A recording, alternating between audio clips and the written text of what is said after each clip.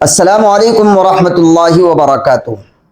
ایک سوال بہت زیادہ پوچھا جاتا ہے اور وہ پوچھا بھی جانا چاہیے، لیکن اس سوال کا جواب مختلف علماء نے مختلف طریقے سے اپنے اپنے جو سمجھانے کا ان کا ایک طریقہ ہوتا ہے اس کے حساب سے دے رکھا ہے۔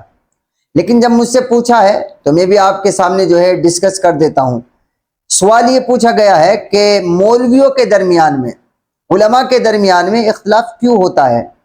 کوئی تو کچھ کہہ رہا ہوتا ہے، کوئی کچھ کہہ رہا ہوتا ہے، اور ایسے ہی جو چار بڑے بڑے امام گزرے ہیں جن کی فقہ جو ہے حنفی، مالکی، حنبلی، شافعی کے نام سے مشہور ہے، تو ان کے درمیان بھی جو ہے اختلاف ہمیں ملتا ہے۔ کوئی کچھ کہہ رہا ہوتا ہے، کوئی کچھ کہہ رہا ہوتا ہے۔ تو یہ اختلاف کیوں ہے؟ بھئی دین ایک ہے، قرآن و حدیث ایک ہے، لیکن اس کے باوجود بھی اختلاف کیوں؟ یہ بہت اہم سوال ہے جو بہت سے لوگوں کے، بالخصوص اس دور کی جو نئی جنریشن ہے نا، جو اسکول، کالجز، یونیورسٹیز سے پڑھ رہی ہے، اس کے دماغ میں اس طرح کے سوالات بہت آتے ہیں۔ بہرحال یہ سوال مجھ سے پوچھا گیا ہے تو میں آپ کے سامنے اس کا جواب رکھنے کی کوشش کر رہا ہوں۔ دیکھیے، پہلے آپ یہ سمجھ لیں کہ اختلاف کتنی طرح کے ہوتے ہیں۔ تو اختلاف جو ہوتا ہے وہ دو طرح کا ہوتا ہے، دو طرح کا اختلاف ہوتا ہے۔ آج کی اس ویڈیو میں پہلی قسم اس کی بیان کروں گا، اگلی نیکسٹ ویڈیو میں انشاءاللہ دوسری قسم پر میں ڈسکس کروں گا۔ پہلی قسم کیا ہے اختلاف کی؟ دیکھیے، اختلاف جو ہوتا ہے وہ ہوتا ہے اجتہادی مسائل میں۔ اجتہادی مسائل کا معنی کیا ہے؟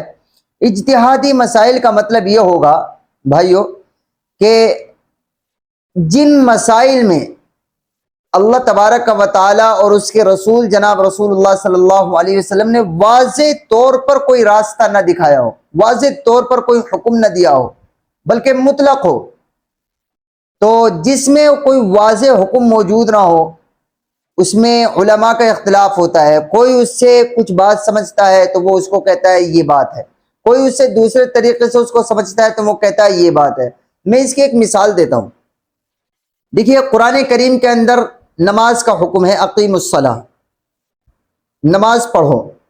اب اتنا تو حکم صاف ہے، نماز پڑھو، اقیم الصلاۃ، نماز پڑھو۔ دنیا کے اندر کوئی مولوی آپ کو نہیں ملے گا جو یہ کہتا ہو کہ نماز پڑھنا فرض ہے، کوئی کہتا ہو نماز واجب ہے۔ نہیں، کسی کو اختلاف نہیں ہے نماز کی فرضیت میں، سب کہتے ہیں نماز فرض ہے، ہر مولوی کہتا ہے نماز فرض ہے۔ کیوں؟ اس لیے کہ قرآن میں واضح حکم ہے اقیم الصلاۃ، نماز پڑھنے کا۔ لہٰذا جب قرآن نے واضح اور صاف الفاظ میں حکم دے دیا کہ نماز پڑھو تو نماز فرض ہو گئی۔ ایسے ہی قرآن ہی کے اندر جو دوسرا حکم ہے وآتوا الزکاۃ، زکوٰۃ دو۔ اب ایسا بھی کوئی مولوی آپ کو نہیں ملے گا جو زکوٰۃ کی فرضیت، زکوٰۃ کے واجب ہونے میں جو ہے اختلاف کرتا ہو۔ کوئی کہتا ہو جی زکوٰۃ دینا مستحب ہے، کوئی کہتا ہو سنت ہے، ایسا کوئی نہیں ملے گا۔ سب کہتے ہیں زکوٰۃ اگر کسی انسان کے اوپر فرض ہوگی، اگر کوئی صاحب مال ہے اس کے اوپر اگر زکوٰۃ کے بقدر، نصاب کے بقدر اس پر مال آ گیا تو اس پر زکوٰۃ فرض ہو جائے گی۔ ہر مولوی یہی مسئلہ بتاتا ہے۔ تو یہ بات سمجھنی چاہیے کہ اختلاف جب بھی ہوگا مولویوں میں، یا ہوا ہے یا ہوگا یا ہوتا رہے گا، یہ ان مسائل میں ہوگا جن میں واضح حکم نہیں ہے، جن میں کوئی واضح حکم موجود نہیں ہے، اور یہ کوئی نئی بات نہیں ہے۔ اختلاف یہ اب کی چیز نہیں، یہ دور صحابہ سے، صحابہ کرام رضوان اللہ تعالی علیہم اجمعین میں بھی یہ اختلاف ہوا۔ اور کبھی کبھی اس طرح کے اختلاف جو ہے جب اللہ کے نبی صلی اللہ علیہ وسلم حیات تھے، دنیا میں تشریف فرما تھے، تو آپ کے سامنے بھی ہو جایا کرتا تھا۔ بڑا مشہور واقعہ ہے، روایات میں موجود ہے۔ ایک مرتبہ اللہ کے نبی صلی اللہ علیہ وسلم نے اپنے کچھ صحابہ کو، ایک جماعت کو جو ہے قریظہ بھیجا۔ آپ نے وہ حدیث سنی ہوگی، اور آپ نے یہ حکم دیا لا یصلین احدکم العصر الا فی بنی قریظہ۔ آپ نے یہ کہا کہ تم میں سے کوئی شخص بھی عصر کی نماز نہ پڑھے مگر بنی قریظہ میں۔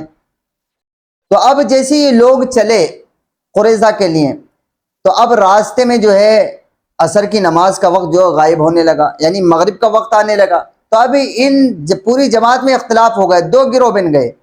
ایک گروہ نے کہا کہ اللہ کے نبی صلی اللہ علیہ وسلم نے بالکل صاف منع کیا ہے کہ تمہیں عصر کی نماز نہیں پڑھنی ہے، قریظہ، بنی قریظہ میں ہی جا کر آپ کو نماز پڑھنی ہے۔ اور ایک گروہ نے کہا کہ نہیں، اللہ کے نبی صلی اللہ علیہ وسلم نے جو منع کیا تھا کہ تمہیں عصر کی نماز نہیں پڑھنی ہے، قریظہ ہی میں جا کر پڑھنی ہے، اس کا مطلب یہ تھا آپ کے اس ارشاد کا کہ آپ جلدی وہاں پہنچنے کی کوشش کرنا، آپ جلدی وہاں پہنچنے کی کوشش کرنا، اتنی جلدی کہ عصر کی نماز آپ کو وہی مل جائے، وہی آپ پڑھ لیں۔ لیکن چونکہ ہم جو ہے لیٹ ہو گئے ہیں، تو اب تو اگر لیٹ ہو گئے، مغرب کی نماز کا وقت آنے والا ہے، تو اب نماز کو قضا کرنے کا، نماز کو چھوڑنے کا کوئی مطلب ہی نہیں ہوتا۔ تو اب دیکھیے، یہ واضح حکم نہیں تھا اللہ کے نبی صلی اللہ علیہ وسلم کا کہ آپ نے صرف یہ فرمایا کہ تم میں سے کوئی بھی انسان نماز نہ پڑھے عصر کی مگر بنی قریظہ میں۔ اب اس کا مطلب کیا تھا؟ دونوں نے الگ الگ لے لیا، دونوں نے، کسی نے اس کے ظاہر پر عمل کر لیا اور کسی نے اس کے باطن پر عمل کر لیا، یعنی اللہ کے نبی کی منشا پر، اور کسی نے الفاظ پر عمل کر لیا۔ تو صحابہ میں دونوں میں اختلاف ہو گیا۔ بہرحال جب دونوں میں اختلاف ہوا تو ایک جماعت نے، تو جو دو گروہ بن گئے تھے، ایک نے نماز پڑھ لی اور ایک نے نہیں پڑھی، وہیں جا کر پڑھی۔ بعد میں جب یہ واقعہ اللہ کے نبی صلی اللہ علیہ وسلم کی خدمت میں پیش کیا گیا تو آپ نے کسی کو عتاب نہیں فرمایا، کسی کو آپ نے ڈانٹ نہیں لگائی، کسی کو آپ نے سختی نہیں فرمائی، بلکہ آپ نے دونوں کی تصویب کر دی، دونوں کو درست قرار دے دیا، کہا دونوں حق پر ہیں، دونوں درست ہیں۔ اب میں آپ سے پوچھتا ہوں کہ دونوں کیسے حق پر ہو گئے؟ جی ہاں، یہ سوچنے کی بات ہے۔ اللہ کے نبی نے دونوں کو حق پر کہا۔ دونوں حق پر اس لیے ہو گئے کہ دونوں کا منشا جو تھا، دونوں کی جو نیت تھی، وہ اللہ کے نبی صلی اللہ علیہ وسلم کے فرمان پر عمل کرنے کی تھی۔ دونوں کی، ان دونوں کا جو اندر کی فیلنگ تھی، اندر کی نیت تھی، وہ یہی تھی کہ اللہ کے نبی کے اصل منشا اور اصل مقصد پر عمل ہو جائے۔ انہوں نے یہ سمجھا کہ اللہ کے نبی کی منشا یہ ہے، دوسروں نے کچھ اور سمجھا، لہذا دونوں نے جیسے جیسے جو سمجھا اس پر عمل کر لیا۔ بالکل اسی طرح ائمہ، جو چار بڑے بڑے امام گزرے ہیں، جن کی فقہ کو ہم حنفی، مالکی، حنبلی اور شافعی کے نام سے جانتے ہیں، ان میں بھی اسی لیے اختلاف ہوا، جب ان کے سامنے قرآن کی اور احادیث کی وہ باتیں آئیں جن میں واضح حکم نہیں تھا، تو انہوں نے اپنے اپنے اصولوں کی بنیاد پر ان سے احکام نکالے، مسائل نکالے۔ تو کسی نے کسی حدیث سے کچھ مسئلہ سمجھا، کسی نے کسی حدیث سے کچھ مسئلہ سمجھ لیا، دونوں نے الگ الگ سمجھ لیے، تو اس میں وہ اختلاف ہو گیا۔ اب ظاہر ہے جو جس حدیث سے جو مسئلہ اپنے اصول کی بنیاد پر سمجھ رہا ہے، اپنے علم کی روشنی میں، وہ تو اسی پر عمل کرنے کا پابند ہے نا۔ کل قیامت کے دن جو پوچھ ہوگی تو یہ نہیں ہوگی کہ فلاں نے تمہیں کیا مسئلہ بتایا تھا، نہیں، اہل علم سے یہ پوچھ ہوگی کہ آپ نے اپنے علم کی روشنی میں کیا سمجھا تھا، آپ نے حق اور سچ کسے سمجھا تھا، اس پر عمل کیا یا نہیں کیا، یہ پوچھ ہوگی۔ تو چاروں بڑے بڑے جو ائمہ ہیں، ان میں ظاہر وہ تو مجتہد تھے، اجتہاد کے پہاڑ تھے، ان کا تو علم یقینی طور پر علم تھا، تو ان کا تو بڑا گہرا علم تھا۔ تو انہوں نے جب مسائل نکالنے شروع کیے، تو ان مسائل میں جو اجتہادی مسائل تھے، جن میں اجتہاد کی ضرورت تھی، اللہ اور اس کے رسول کی جانب سے کوئی واضح حکم نہیں تھا، تو ان مسائل کو لے کر ان میں اختلاف ہو گیا۔ کسی نے کہا کہ امام کے پیچھے سورہ فاتحہ پڑھنی ہے، کسی نے کہا نہیں پڑھنی ہے، جی، اور کسی نے کہا کہ زور سے آمین کہنی ہے، کسی نے کہا زور سے آمین نہیں کہنی ہے، آپس میں اختلاف ہو گیا۔ لیکن ایک بات یہاں یاد رکھیے گا کہ اس اختلاف کو اللہ کے نبی صلی اللہ علیہ وسلم نے رحمت بتایا ہے۔ کیا بتایا ہے؟ رحمت۔ اختلاف العلماء رحمت، تو علماء کا اختلاف رحمت ہے۔ کیوں؟ اس لیے کہ علماء، عالموں میں جب اختلاف ہوتا ہے تو ان کا منشا یہی ہوتا ہے کہ صحیح ڈھنگ سے وہ شریعت کے احکام پر عمل کر سکیں، ان کی یہی نیت ہوتی ہے، ان کا اپنے کوئی خود غرضی نہیں ہوتی، ان کا کوئی اپنا مفاد نہیں ہوتا، یا وہ منہ دیکھی باتیں نہیں کر رہے ہوتے، بلکہ ان کی نیت بالکل صاف یہی ہوتی ہے کہ ہم شریعت کے احکام پر صحیح ڈھنگ سے عمل کر سکیں۔ اسی کی نیت کے ساتھ ساتھ ان میں اختلاف ہو جاتا ہے، تو ہمیں جو ہے اس اختلاف کو رحمت ہی کی نظر سے دیکھنا چاہیے۔ اور یہ اختلاف رحمت کیسے ہے؟ ظاہر ہے جب ایک مسئلے میں دو آدمیوں کا اختلاف ہوگا، دو عالموں کا، تو آپ کو دو راہیں مل جائیں گی۔ اب آپ کو جس امام کی فقہ آسان لگ رہی ہے، آپ اس امام کی اتباع میں جو ہے اس مسئلے پر عمل کر لیں، تو آپ کے لیے تو آسانی ہے۔ اگر صرف ایک ہی راستہ ہوتا صرف اختلاف نہ ہوتے ایک ہی راستہ ہوتا تو ایسا ہو سکتا تھا کہ سب کو آسان نہ لگتا ہوں، سب کے لیے مشکل اور ٹف ہو جاتا بہت سے لوگوں کے لیے۔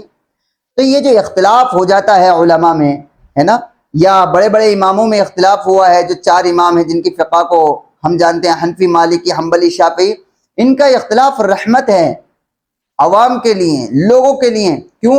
ہمیں 4 راستے مل گئے، جس کی فقہ ہمیں آسان لگ رہی ہے ہم اس کی اتباع کریں، ہم اس کے پیچھے چلیں، اس کے نقش قدم پر چلیں۔ انشاءاللہ کامل توقع اور کامل یقین اللہ کی ذات سے یہی ہے کہ انشاءاللہ ہماری جو ہے نجات ہو جائے گی، کل قیامت کے دن ہم جنت میں جانے کے مستحق بن جائیں گے۔ امید ہے یہ اختلاف کی پہلی قسم آپ کو سمجھ میں آئے گی انشاءاللہ۔ اختلاف کی جو دوسری قسم ہے وہ انشاءاللہ میں اگلی نیکسٹ ویڈیو میں اس کو بیان کروں گا۔ آپ انتظار کرتے رہیے، ویڈیو کو لائک اور شیئر کر دیجئے گا، اور چینل سے بھی ضرور جڑے رہیے گا۔ والسلام علیکم ورحمۃ اللہ۔